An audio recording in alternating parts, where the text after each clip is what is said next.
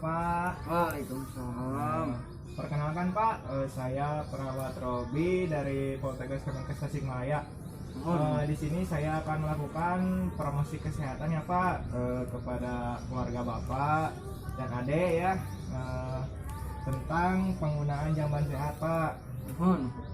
Apakah bersedia Pak? Bisa dia. Ya, waktunya sekitar 15 menitan ya Pak. Di sini saya membawa leaflet ya Pak, bisa dilihat oleh Bapak. Nanti saya sambil dilihat saya akan menjelaskan ya Pak. Sebelumnya Bapak sudah tahu apa sih pengertian jamban sehat? Apakah ada yang tahu Pak? Saya tidak tahu. Tidak tahu. Jadi jamban sehat itu suatu ruangan yang mempunyai fasilitas pembuangan kotoran manusia yang terdiri atas tempat jongkok atau tempat duduk dengan leher angsa atau tanpa leher angsa, yang dilengkapi dengan unit penampungan kotoran air untuk membersihkannya. Jadi leher angsa itu seperti yang WC duduk, tanpa leher angsa yaitu WC ya jongkok Pak. Jadi di masyarakat sekarang itu banyak menggunakan WC duduk dan WC jongkok. Kemudian di sini ada jenis-jenis jamban sehat. Jamban sehat ya Pak. Yang pertama ada jamban cemplung. Jadi jamban cemplung itu kalau di sini seperti pembuangan yang ada di kolam-kolam ya Pak, yang gitu jamban cemplung. Pengertiannya, jamban cemplung itu berupa lubang yang berfungsi menyimpan dan meresapkan cairan kotoran atau tinja ke dalam tanah dan mengendapkan kotoran ke dasar lubang. Untuk jamban cemplung diharuskan ada penutup agar tidak berbau. Yang kedua yaitu ada jamban septic atau leher angsa Pak. Jamban ini berbentuk seperti leher angsa. Penampungannya berupa tangki septic kedap air yang berfungsi sebagai wadah proses penguraian dekomposisi kotoran manusia yang dilengkapi dengan resapannya. Jadi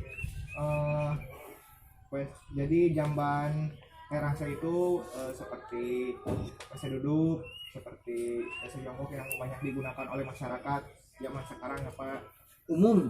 Ya, masyarakat umum. Yang ketiga yaitu ada jamban kakus bor. Jadi jamban ini dibuatnya seperti dibor, jadi tangannya dibor. Jamban yang tempat penampungannya kotorannya dibuat dengan mempergunakan bor ya Pak. Bor yang digunakan adalah bor tangan yang diameternya antara 30 sampai 40 cm. Ya, kemudian ada ciri-ciri atau ciri-ciri jamban sehat ya Pak. Yang pertama, tidak mencemari air ya Pak. Jadi pembuangannya itu tidak langsung dibuang ke selokan, harus ada seperti sepiteng ya Pak gitu. Sepitengnya juga harus jauh dari mata air. Ya. Yang kedua yaitu tidak mencemari tanah permukaan ya Pak. Jadi kalau kita membuat sepiteng itu agak dalam supaya tidak tercemar tanahnya. Oh iya. Yang ketiga yaitu bebas dari serangga. Jadi jamban yang sehat itu bebas dari serangga seperti kecoa. Jadi harus bersih di jambannya, harus sering dibersihkan. Iya. Yang keempat, tidak menimbulkan bau dan nyaman digunakan.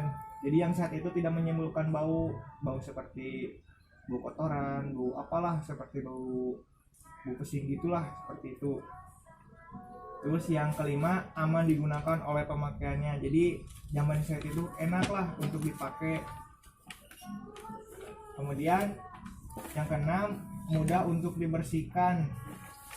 Jadi jamban yang sehat itu mudah untuk dibersihkannya, tidak sulit untuk dibersihkan.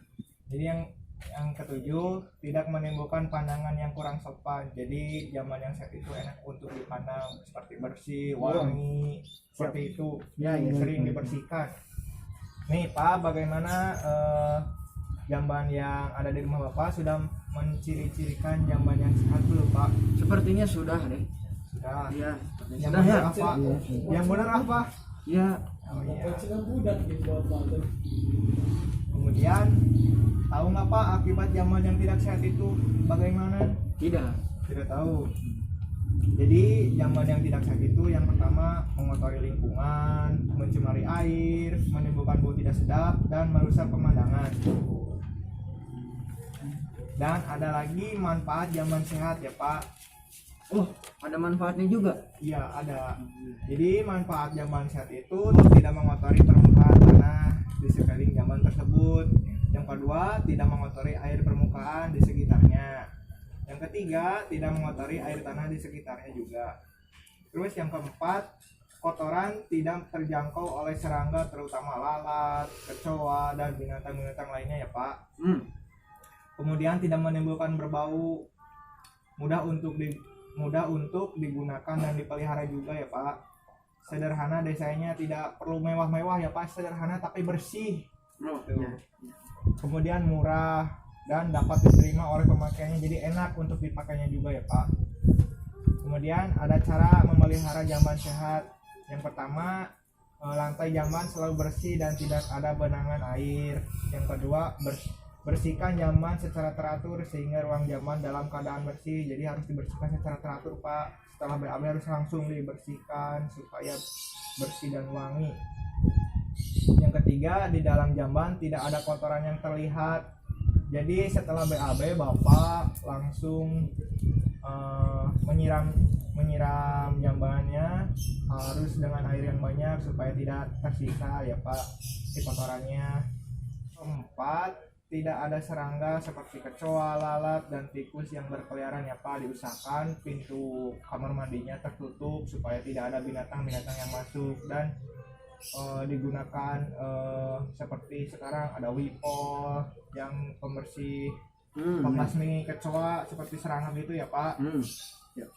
Kemudian tersedia alat pembersih seperti sabun, sikat, dan air bersih. Jadi di kamar mandi juga dapat seperti alat-alat sabun untuk membersihkan si jambannya ya Pak. Kemudian bila ada kerusakan segera diperbaiki. Jadi kalau ada kerusakan langsung saja diperbaiki ya Pak. Oh, kalau mampet gitu? Iya, langsung panggil tukang, langsung panggil tukang untuk diperbaiki. Oh iya. Kemudian pakailah karobol pada saat membersihkan lantai agar bebas penyakit. Yang kedelapan, hindarkan menyiram air sabun ke dalam bak pembuangan atau ke dalam kloset agar bakteri pembusuk tetap berperan aktif ya Pak. Jadi jangan membuang air sabun ke dalam kloset supaya bakteri pembusuknya tetap berperan aktif. Kemudian yang kesembilan, jangan menggunakan alat pembersih yang keras agar kloset tidak cepat rusak. Yang ke-10, jangan membuang kotoran yang tidak mudah larut ke dalam air seperti kertas, kain, terus ada pembalut apa yang gitu. Oh iya. Jadi bagaimana Pak? Apakah sudah paham yang saya jelaskan tentang penggunaan jamban sehat? Sudah. Sebelumnya Bapak dan Ade, apakah ada yang ingin ditanyakan Pak tentang materi yang saya sampaikan? Saya mau bertanya satu pertanyaan, Boy. Ya boleh, silakan. Apa yang ditimbulkan, penyakit apa yang ditimbulkan dari jamban yang tidak sehat? Penyakit yang ditimbulkan akibat jamban yang tidak sehat itu diantaranya ada diare, kemudian ada tipes, dan juga ada polio. Oh iya. Mungkin itu penyakit yang diakibatkan oleh jamban yang tidak sehat. Oh iya. Ya gimana? Apakah sudah paham Pak? Paham. Paham. Sok Ceng atau nanya Ceng? Ada yang ditanyakan deh? Pak, Abi izin bertanya Pak. Mana? Bagusnya itu Pak, membersihkan WC jamban teh satu hari berapa kali Pak? Bagusnya. Baiknya membersihkan jamban itu minimal 1 kali sehari. Terus jangan menunggu zaman itu kotor baru dibersihkan, jangan. Jadi harus sering dibersihkan supaya bersih, sehat dan wangi. Mungkin itu Oh iya. Iya pak. Nah, bereskan pak. Siap. Mama harapan tak ya. Mohon si mamanan juga ke pasar jadi kayak nunggu beberes. Oh, sekarang saya yang bertanya ya Pak kepada Bapak dan Ade di sini Iya. tentang materi penggunaan jamban sehat. Apa sih yang bisa Bapak sampaikan tentang materi ini? Oh ya mungkin Yang tadi tuh tertangkap. tangkap ya. Oh tadi ada jenis-jenis jamban sehat. Terus ada ciri-ciri jamban yang sehat. Nah, ciri-cirinya ada harus wangi, terus tidak mencemari air, mencemari tanah, bebas dari serangga. Ya. Terus juga tadi dikasih tahu kayak cara-cara untuk membersihkan jamban. Mungkin si Ade ada tambahan? Oke. Tambahan deh.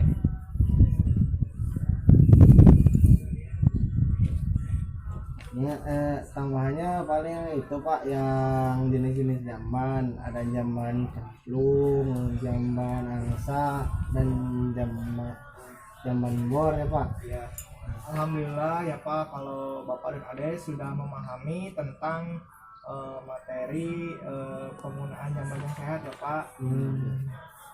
Terima kasih ya Pak atas waktunya. Mohon maaf bila ada salah kata dari saya. Mungkin itu yang dapat saya sampaikan. Billahi taufiq wal hidayah. Wassalamualaikum warahmatullahi wabarakatuh. Waalaikumsalam warahmatullahi wabarakatuh. Matur nuwun, Ade. Sama-sama. Ya, Lina.